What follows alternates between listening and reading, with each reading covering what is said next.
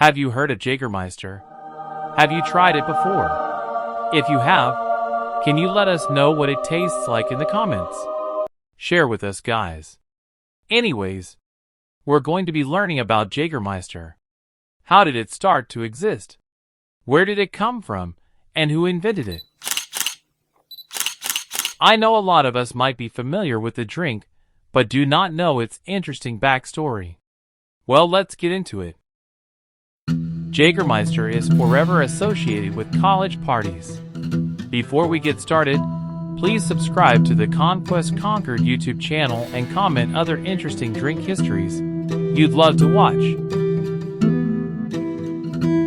So what really is Jägermeister? Jägermeister is a German digestive made with 56 herbs and spices. Developed in 1934 by Wilhelm and Kurt Mast.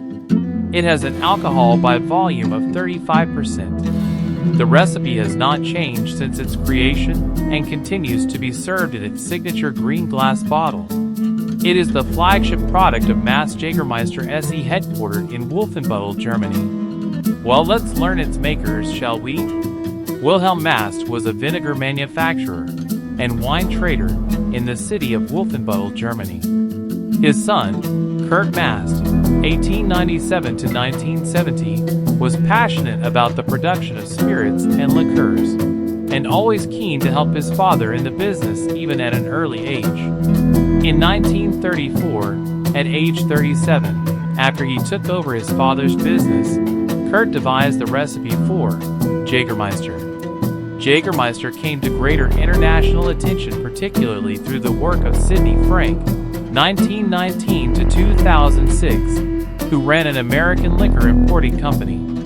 From the 1980s, he promoted the drink in the youth and student market as a drink for parties, a quite different niche to its traditional conservative brand position in its native German market. Interesting, right? New York Magazine quoted a market research firm describing him as a promotional genius for making a liqueur with an unpronounceable name, drunk by older, blue-collar Germans as an after-dinner digestive aid, synonymous with party things. The Mast Jägermeister Company ultimately purchased Sidney Frank Importing in 2015. Interesting, right? Now let's look at it from a closer point of view and unravel every detail one by one. In the year 1878, in the German city of Wolfenbüttel. Back then, Wolfenbüttel was home to a thriving mining industry. The local miners would use a process called fire setting to warm stone, usually rock salt or potash, until it cracked. Then, they would use vinegar to cool the stone bag does before extracting it. Naturally, these miners had a need for vinegar that outpaced their local small-town supply. It was only a time before someone stepped up to meet their vinegar demand. Well, it was this businessman Wilhelm Mast. He opened up his vinegar production plant with a mining company nearby. The business was an instant success, since the production process for vinegar and wine are closely linked. Vinegar literally means sour wine in Old English. Wilhelm began fermenting wine in his production plant. As decades went on, his business began to thrive. But sadly, by the 1910s, the company had racked up a considerable amount of debt. When Wilhelm had died in 1918, his son Kurt took over the family business. Kurt knew things had to change if he wanted to stay afloat. So he immediately halted all of the plant's vinegar production and decided to focus solely on wine. He began to be experimenting, making his own liquor, just to give his company that extra something to keep customers coming back. Well, how did he even do that? You see, he spent over a decade experimenting on this liquor.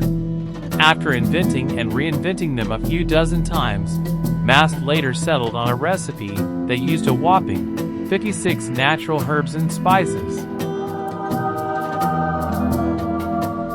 He called his recipe Jägermeister, and his recipe has not changed till this day. Let's talk about an interesting fact, which is the Jägermeister bottle. One day Kurt smashed different bottles onto his oak floor and picked up the only one that didn't smash. After he picked one of those bottles, filled it up and slapped a label on it. And in 1934, just 1 year before Hitler came to power, Kurt's creation was ready for the big leads. That same year, Germany's then most powerful man, Hermann Göring, had assumed the role of Jägermeister, which means Imperial Hunt's Master. He was apparently a real stag head. He was the head of Germany's hunting society, and anyone who wanted a hunting license had to go through his hunting organization. How does this relate to the drink we're talking about? Well, keep watching to find out. You see, as Kurt's Jägermeister began to grow in popularity, it naturally got its own Hermann Göring-related nicknames known as Göring Schnapp. Whether or not this was Kurt's desire, Göring Schnapp's aka Jägermeister became known for its medicinal qualities. It became commonly used as a digestive, a post-dinner drink meant to aid digestion. But it was also kept on hand for any other medical ailments they may arise. Got a stomach ache? Drink a Jägermeister. Got a cold? Drink a Jägermeister. Have a hungover? Drink a Jägermeister. It was a cure for everything to those people.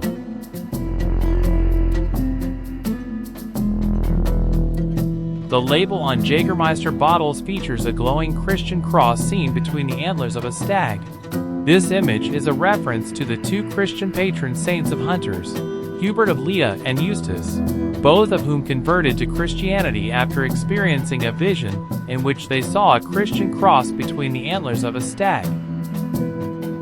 Now let's talk about how the Jägermeister came to the American market, all the way from Germany.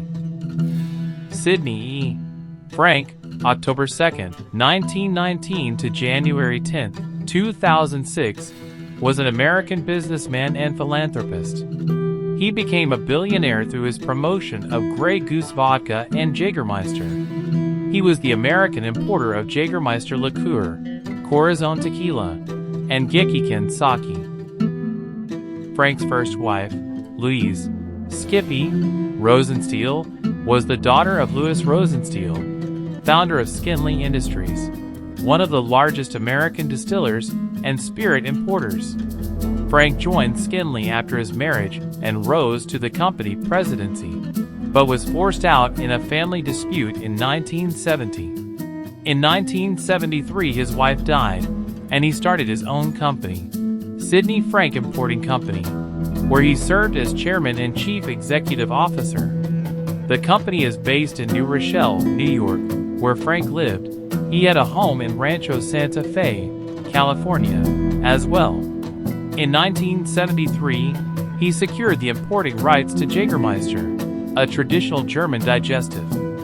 Frank's first big success with his own company was with Jacques Cardin Brandy, a brand he purchased from Seagram in 1979. In the 1980s, Jägermeister became popular with college students in Louisiana, and Frank promoted it heavily, turning a specialty brand developed to help with digestion into a mainstream success, widely drunk in ice-cold shots and used in Jell-O shooters. In 1997, he developed Grey Goose vodka, made in France by François Thibault, and was so successful in promoting it that he sold the brand to Bacardi for $2 billion in June 2004.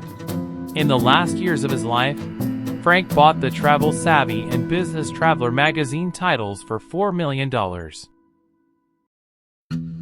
From what we can see, Sidney Frank was a visionary business leader, renowned for his ability to identify and nurture promising brands, driving growth and profitability through strategic acquisitions. As a shrewd brand investor, he has a proven track record of spotting emerging trends and transforming underperforming companies into household names. Now let's discuss the growth and success of the Jägermeister brand. From the 1970s, the Jägermeister brand has developed an association with motor racing, as they have sponsored various European racing teams, primarily those who fielded BMWs and Porsches. These teams have competed in various major racing series. Jägermeister is associated with German football, especially the Bundesliga.